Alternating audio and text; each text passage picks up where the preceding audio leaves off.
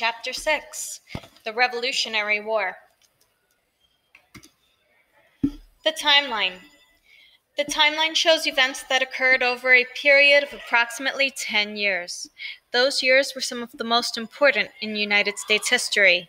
The British settlers changed from considering themselves as British colonists living in North America to considering themselves as independent citizens starting a new country called the United States. When we left off in Chapter 5, we were at the Declaration of Independence, which, if you look at the mouse, is right around here.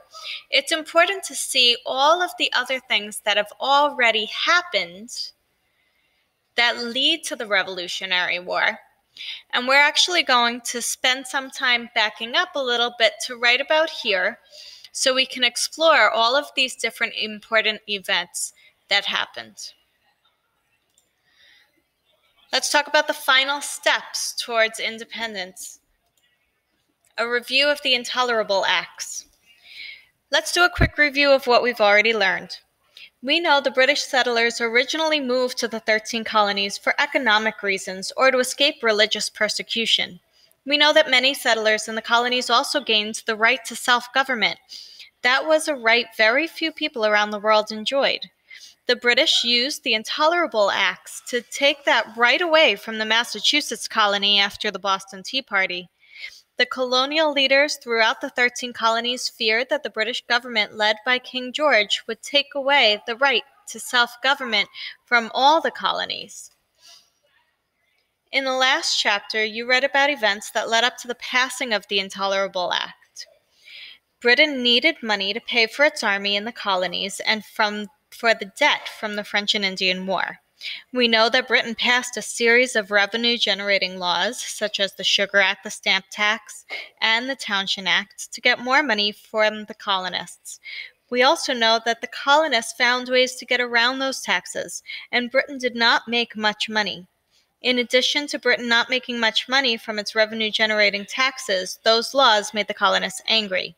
We know that that anger led to the destruction of British property and some violent protests. We know that the conflicts between the colonists and the British officials in the colonies, along with the colonists' ability to get around the revenue-generating laws, made the British government very angry. Parliament passed the Intolerable Acts in 1774 to stop colonial protests. Some of the Intolerable Acts disbanded the colonial government of Massachusetts and made Some of the Intolerable Acts disbanded the colonial government of Massachusetts and made British Army General Gage governor of Massachusetts.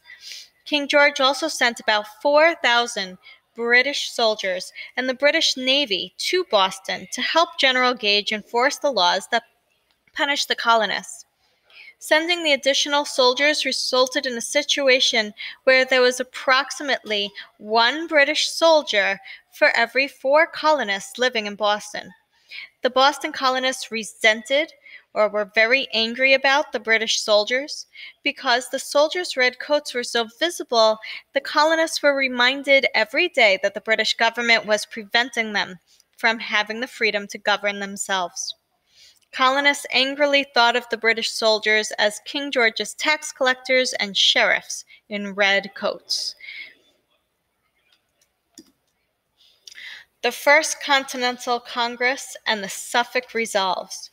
We've learned about the First Continental Congress before, but we're going to talk a little bit more about another thing they did that led us closer to war. Immediately after the Intolerable Acts were passed in 1774, colonial leaders formed the First Continental Congress to try to solve the problems between the colonists and the British government. During that First Continental Congress, a group of radical delegates succeeded in getting the Congress to agree to a document that was called the Suffolk Resolves. The first part of this document, the Suffolk Resolves, was to set up the boycotts of British goods by the colonists. We've already talked about the boycotting. What we haven't talked about yet was the second part of that document, starting militias again.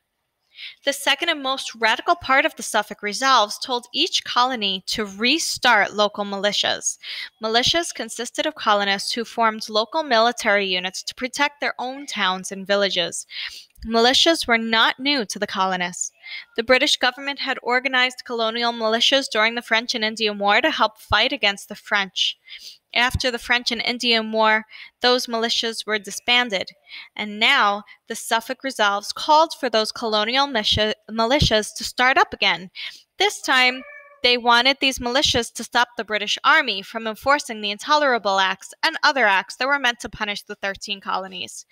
To supply the militias, the colonists began stockpiling rifles, cannons, gunpowder, and other military supplies. Stockpiling means collecting and saving something. General Gage reacts. In April of 1775, General Gage received orders from the British government to find and destroy the militia's stockpiles at Lexington and Concord. The British government wanted General Gage to destroy the colonial weapons and arrest 2 of the radical colonial leaders, Samuel Adams and John Hancock. The British thought the radicals would calm down and start following the British laws if their leaders were arrested and their military stockpiles were taken away. Unfortunately for the British, just the opposite happened. The radical colonists became angrier and decided to protect their militia stockpiles at Concord and Lexington. The radicals react. The radicals found out about General Gage's plan. The radicals knew that the British Army was planning to go to Lexington and Concord, but they did not know when the troops were leaving. So, the radicals spied on the British Army's movement. On the night of April 18, 1775, General Gage ordered his troops to Lexington and Concord. As the British troops started leaving Boston by boat, radicals sent a signal to their messengers already waiting in Charleston, which is across the harbor from Boston. The signal told the messengers to warn the militias of Lexington and Concord and the leaders Samuel Adams and John Hancock that the British Army was coming.